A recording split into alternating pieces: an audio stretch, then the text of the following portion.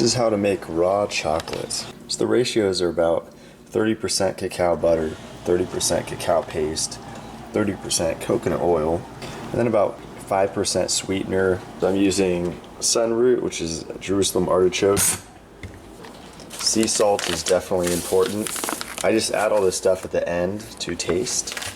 I have the stove on the lowest setting, and this has been on here for probably about 10 minutes now, so it's going to be a really slow melt because you don't want the solution to be too hot.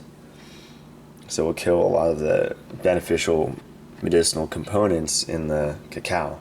So stirring it is very important, and it's nice to use a wooden or a bamboo spoon to do that. Try to stay away from metal, clanging on metal as much as you can, because you don't want heavy metals in your food. Even though I have it on low, I turn it off periodically.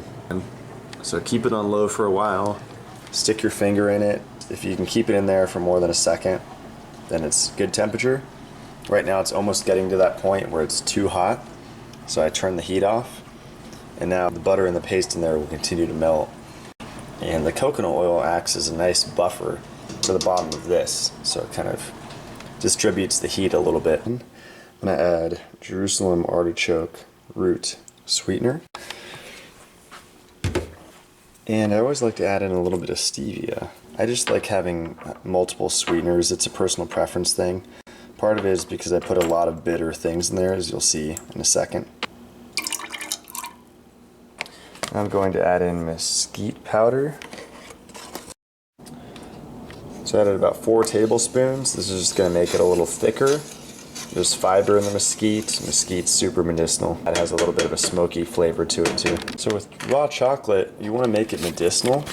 So it's traditionally used as a delivery system for herbs. So here I'm going to add Indian gooseberry. This is one of the highest foods in vitamin C. So about a tablespoon there. And last but not least, the shilajit. This stuff is magical. And I'm just going to eyeball this because I want a good amount in there.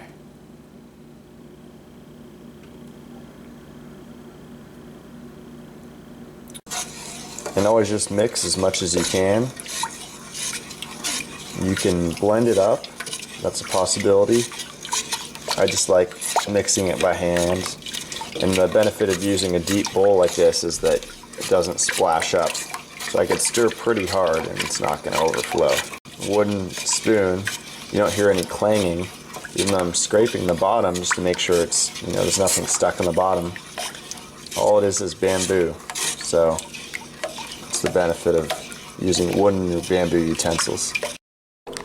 So when you're getting near the end of making it, you want to do a taste test. And this is to make sure that you're on the right track and just to make any last final adjustments.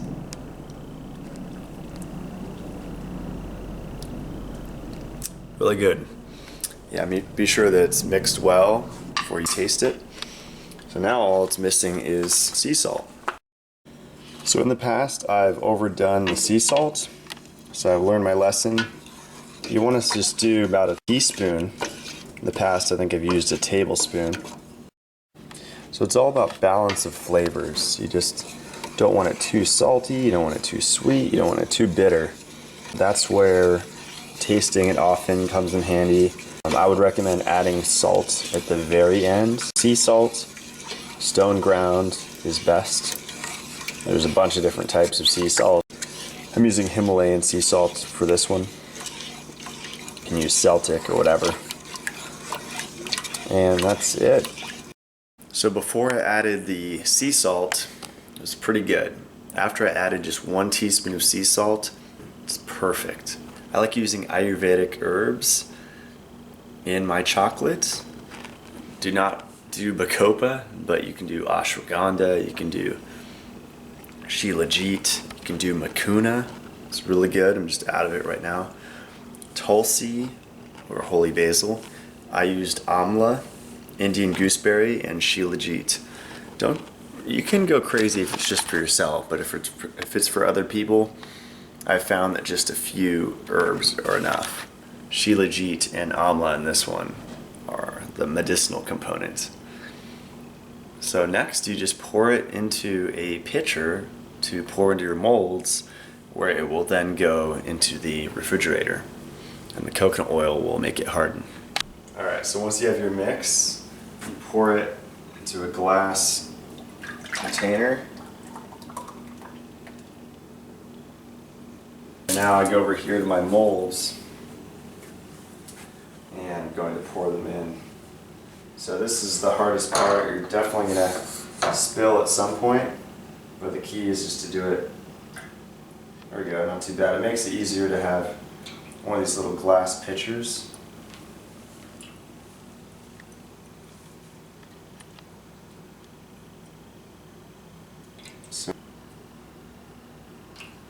Okay, so after they're all poured, now you're going to put them in the fridge.